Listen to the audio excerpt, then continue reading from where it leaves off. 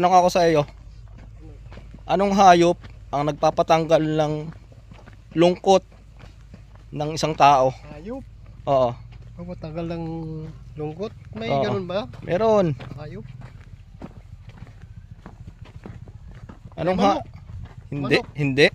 Eh, pagka kahit pagod ka, lungkot ka, pag uwi mo sa bahay, masimasin mo lang yan. Hindi 'yon.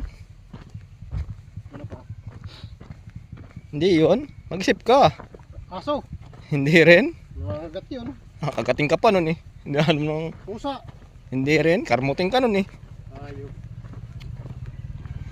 Ano? Hayop na nakapagtanggal ng Lungkot. lungkot.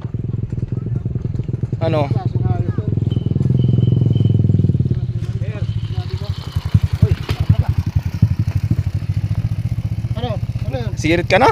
Oo. Wala naman ganyan eh. Meron. Wala na. Hindi mo alam? Wala nga. Meron nga.